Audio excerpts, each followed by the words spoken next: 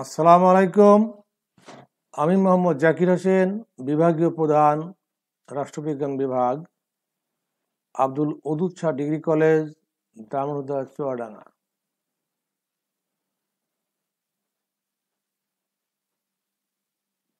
রাষ্ট্রবিজ্ঞান অনার্স প্রথম বর্ষের বন্ধুরা, তোমরা ভালো আছো নিশ্চয়। আজকে তোমাদের সাথে আমি অ্যারিস্টটলের সরকারের শ্রেণীবিভাগ নিয়ে আলোচনা করব। আশা করি তোমরা শুনবে।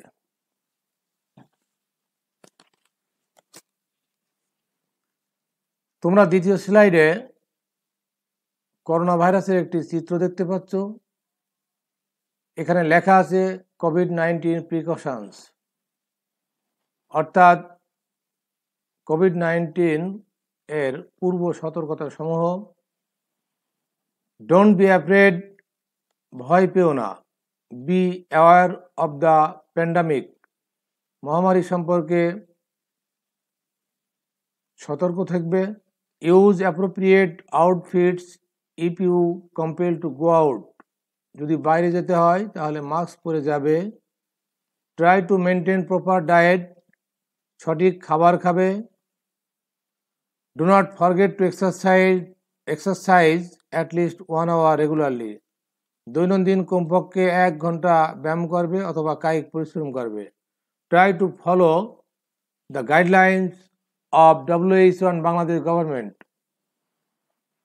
WHO এবং বাংলাদেশ গভর্নমেন্ট কর্তৃক দেওয়া যে গাইডলাইন সেটা ফলো করবে, অনুসরণ করবে। Try to stay at home, বাড়িতে থাকার জন্য চেষ্টা করবে। খুব কোনো কাজ না থাকলে বাড়ির বাইরে যাওয়া ঠিক হবে না।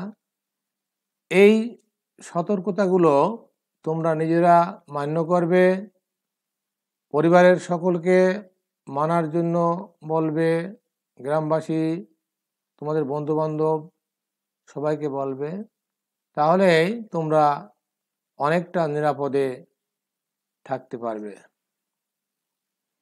তো চলো বন্ধুরা দেখি এবার যে তৃতীয় স্লাইড। এখানে তোমরা আমাদের রাষ্ট্রবিজ্ঞানের জনক অ্যারিস্টটলের একটি সুন্দর ছবি দেখতে পাচ্ছ।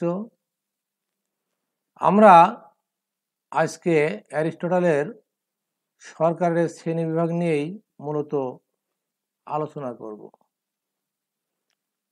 তো আলোচনার আগে আমরা অ্যারিস্টটল সম্পর্কে দুটি কথা বলতে চাই। অ্যারিস্টটল জন্মগ্রহণ করেন খ্রিস্টপূর্ব 384 অব্দে গ্রিসের অন্তর্গত থ্রেস উপদ্বীপের ছোট শহর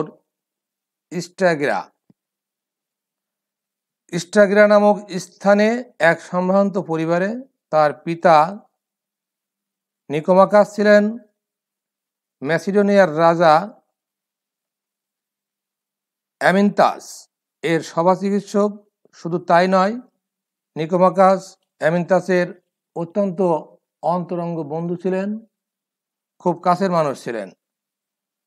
ম্যাসিডন রাজ ফিলিপের বাবা ছিলেন আমিনতাস।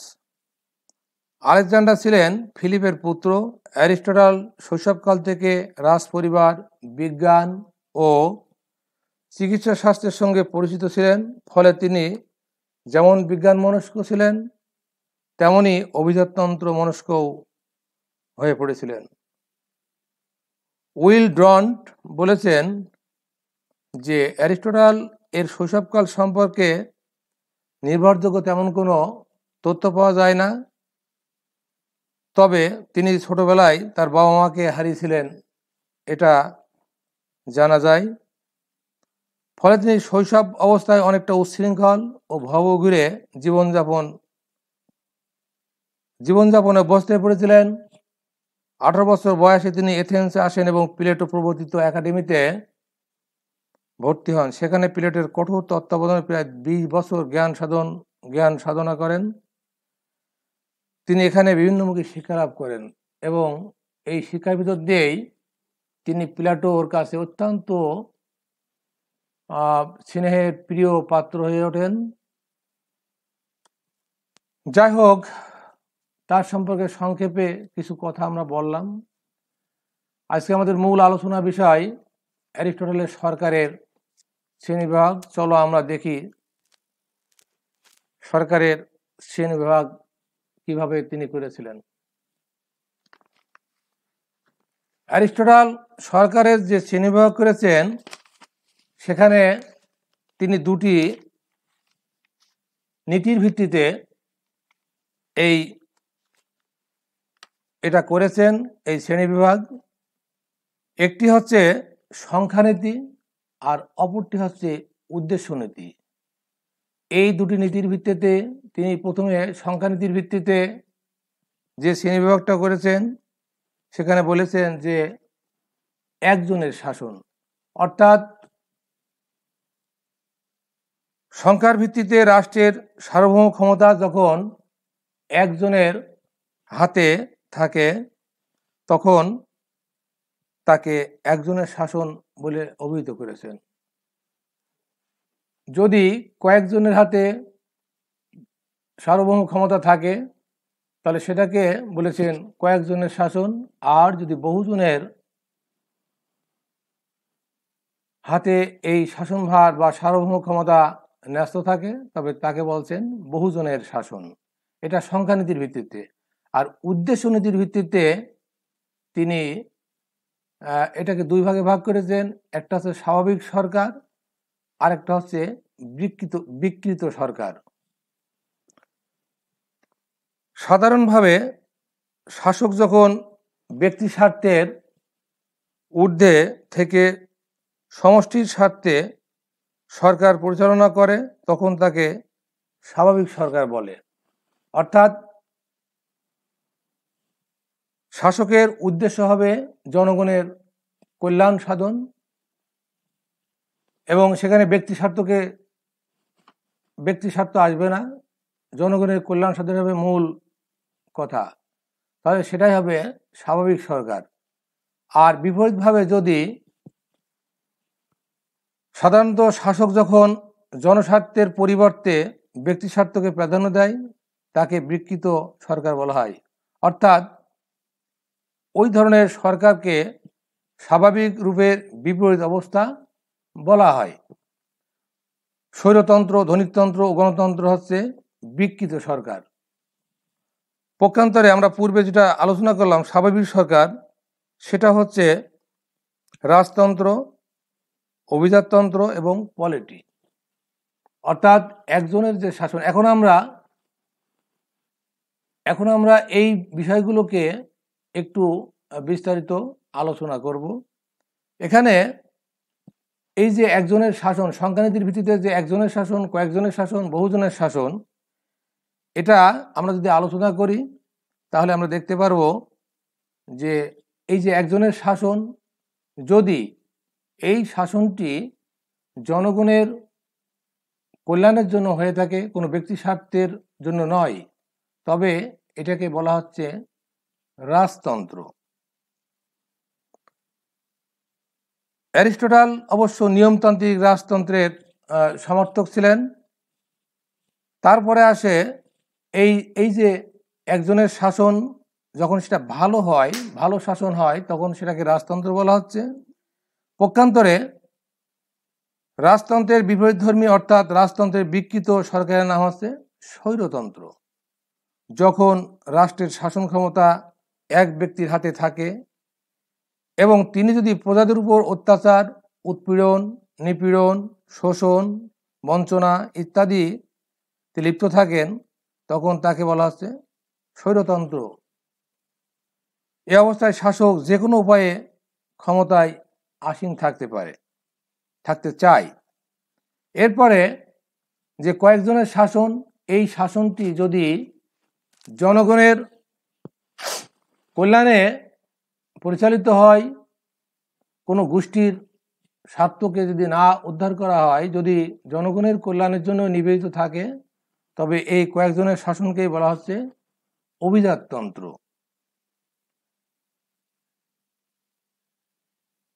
এখানে মূলত ধনী লোকজনই তুলনামূলকভাবে থাকে। তাই তাদের শাসন ব্যবস্থার নাম অভিজাততন্ত্র।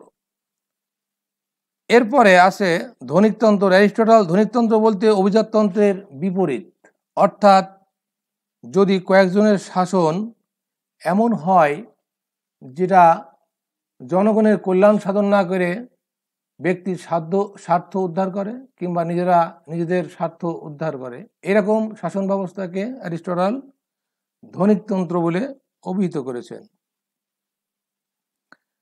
এরপরে আসে বহুজনের শাসন। এই বহুজনের শাসন যদি সেটা জনগণের কল্যাণের জন্য, ভালোর জন্য, দেশের মঙ্গলের জন্য হয়, তবে তার স্বাভাবিক রূপটির নাম হচ্ছে পলিটি বা মধ্যমতন্ত্র। আবার এই বহুজনের শাসন যদি জনগণের কল্যাণে কাজ না করে, যদি কোনো গোষ্ঠী স্বার্থ উদ্ধারের জন্য কাজ করে, তখন সেটির এই যে বিকৃত রূপ, তার নাম হচ্ছে গণতন্ত্র। এটাই হচ্ছে মূলত অ্যারিস্টটলের সরকারের শ্রেণীবিভাগ। অর্থাৎ এর দুটি রূপ, একটি হচ্ছে স্বাভাবিক রূপ আর একটি হচ্ছে বিকৃত রূপ, উদ্দেশ্য নীতির ভিত্তিতে। আর সংখ্যানীতির ভিত্তিতে এটা একজনের শাসন, কয়েকজনের শাসন এবং বহুজনের শাসন। এখন আমরা এই যে আলোচনা করলাম, এর অ্যারিস্টটলের সরকারের শ্রেণীবিভাগের যে আলোচনা, এটা তোমরা নিশ্চয় বুঝতে পেরেছ। আমরা এখন এই রাজতন্ত্র, স্বৈরতন্ত্র, অভিজাততন্ত্র, ধনিকতন্ত্র, পলিটি এবং গণতন্ত্র নিয়ে আমাদের যে আলোচনা, সেটা আমরা শেষ করেছি। এখন আমরা আলোচনা করব, এটা একটা চার্টের মাধ্যমে একটা চার্টের মাধ্যমে এখানে দেওয়া আছে, তোমরা নিশ্চয় দেখতে পাচ্ছ, যেখানে উপরে লেখা আছে সরকার, তার দেখো বাম দিকে লেখা আছে সংখ্যানীতি, ডান দিকে উদ্দেশ্য নীতি। সংখ্যানীতিতে আবার শাসকের সংখ্যা, আর উদ্দেশ্য নীতিতে আছে স্বাভাবিক রূপ আর বিকৃত রূপ। তো এটা একটি বক্সের ভিতর দেওয়া আছে, আশা করি তোমরা জিনিসটি বুঝতে পেরেছ। এখানে নিচেই সর্বশেষ যেটা দেওয়া আছে যে একজনের শাসন, এটাকে বলা হচ্ছে, এর স্বাভাবিক রূপটি হচ্ছে রাজতন্ত্র এবং এর বিকৃত রূপটি হচ্ছে স্বৈরতন্ত্র। কয়েকজনের শাসন, এর স্বাভাবিক রূপটি হচ্ছে অভিজাততন্ত্র এবং এর যে বিকৃত রূপ সেটি হচ্ছে গণতন্ত্র। বহুজনের শাসন সর্বশেষ, এর স্বাভাবিক যে রূপ এটা হচ্ছে মধ্যতন্ত্র বা পলিটি, এবং এটা যে বিকৃত রূপ সেটা হচ্ছে গণতন্ত্র। নিশ্চয় তোমরা এই সরকারের শ্রেণীবিভাগ বুঝতে পেরেছ। এখন আমরা এই অ্যারিস্টটলের সরকারের যে শ্রেণীবিভাগ, এই শ্রেণীবিভাগের একটু সমালোচনা আছে, সেটি আমরা একটু আলোচনা করব পর্যায়ক্রমে। এখানে দেওয়া আছে অ্যারিস্টটল রাষ্ট্র ও সরকারের মধ্যে কোনো পার্থক্য করেননি। অর্থাৎ অ্যারিস্টটল এখানে যেটি বলতে চেয়েছেন যে সরকার এবং রাষ্ট্র এটা একই জিনিস। উপাদানগতভাবে সকল রাষ্ট্রের প্রকৃতি বা বৈশিষ্ট্য একই। এর ফলে কার্যত সরকারের শ্রেণীবিভাগ করা হয়েছে, অথচ অ্যারিস্টটল রাষ্ট্র ও সরকারের মধ্যে পার্থক্য নির্দেশ না করায় ধূম্রজাল সৃষ্টি হয়েছে। সংখ্যার ভিত্তিতে শ্রেণীবিভাগ অচল। বর্তমান সময়ে এই সংখ্যার ভিত্তিতে শ্রেণীবিভাগ এটি অচল। গণতন্ত্র সম্পর্কে ধারণার সমালোচনা। অ্যারিস্টটল যাকে পলিটি বলেছেন তা বর্তমানে গণতন্ত্রের সঙ্গে সঙ্গতিপূর্ণ, আর গণতন্ত্র এখন সর্বাপেক্ষা কাম্য শাসন ব্যবস্থা হিসেবে সর্বজন গৃহীত। অথচ অ্যারিস্টটল এটিকে বিকৃত রূপ হিসেবে গণ্য করেছেন। উদ্দেশ্য নীতির ভিত্তিতে শ্রেণীবিভাগ অচল। তারপরে আছে নগর রাষ্ট্রের ধারণা অচল। একসময় নগর রাষ্ট্র ছিল ছোট ছোট রাষ্ট্র, তো সেটারই আঙ্গিকে হয়তো এই সরকারের শ্রেণীবিভাগ, কিন্তু এখন তো রাষ্ট্র অনেক বড়, অতএব এটি এখন অচল। বিজ্ঞানসম্মত নয়। গুণগত বৈশিষ্ট্যের পরিবর্তে অ্যারিস্টটল সংখ্যাগত বৈশিষ্ট্য অনুসারে সরকারের শ্রেণীবিভাগ করেছেন। এই শ্রেণীবিভাগ বিজ্ঞানসম্মত হতে পারে না। মৌলিক বিষয়কে গুরুত্ব দেয়নি। ক্ষমতা বন্টন, আইন বিভাগ ও শাসন বিভাগের মধ্যে সম্পর্কের ভিত্তিতে সরকারের অর্থবহ শ্রেণীবিভাগ করা হয়। অ্যারিস্টটল তা অনুসরণ করেননি। এরপরে অসম্পূর্ণ শ্রেণীবিভাগ। অ্যারিস্টটল নির্দেশিত সরকারের শ্রেণীবিভাগ পর্যাপ্ত নয়। তিনি কেবল সংখ্যানীতি ও উদ্দেশ্যনীতির উপর ভিত্তি করে নির্ভর করে শ্রেণী বিভাজন করেছেন, কিন্তু বর্তমানে বহুবিধ বিষয়ের আলোকে শ্রেণীবিভাগ করা হয়। আধুনিক সম্মত নয়। অ্যারিস্টটল সরকারের যে শ্রেণীবিভাগ করেছেন তা আধুনিক যুগে অচল। তার শ্রেণী বিভাগ মূলত সরকারের রূপ রেখায় পরিণত হয়েছে, যাতে আধুনিক যুগের শ্রেণীবিভাগের আংশিক মাত্র প্রতিফলন ঘটেছে। সার্বভৌম ক্ষমতা। সার্বভৌম ক্ষমতা অ্যারিস্টটল সরকারের শ্রেণীবিভাগ করতে গিয়ে এক বা কতিপয় ব্যক্তির হাতে সার্বভৌম ক্ষমতা অর্পণের কথা বলেছেন, যা আধুনিক যুগে কোনো ক্রমেই মেনে নেওয়া সম্ভব নয়। তো আমরা এই সরকারের শ্রেণীবিভাগ এবং তার যে সমালোচনা যত কিছুই করি না কেন, অ্যারিস্টটল আজ থেকে ২৫০০ বছর আগে এটি করেছিলেন। নিঃসন্দেহে এটা প্রশংসার দাবিদার, এতে কোনো সন্দেহ নেই। আমরা আগামীতে তোমাদের সাথে অ্যারিস্টটলের বিপ্লব তত্ত্ব নিয়ে কথা বলবো। বর্তমান সময় করোনা ভাইরাসে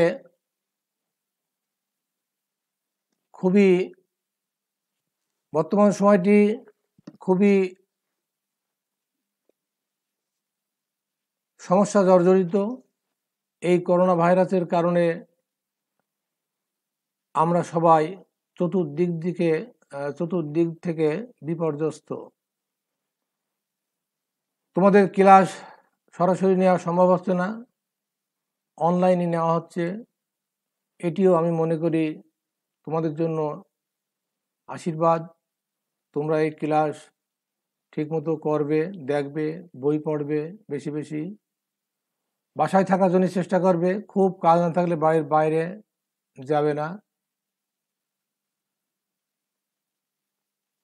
তোমাদের আবার সবাইকে শুভকামনা এবং ধন্যবাদ জানিয়ে আমার ক্লাস আজকে আমি এখানে শেষ করছি।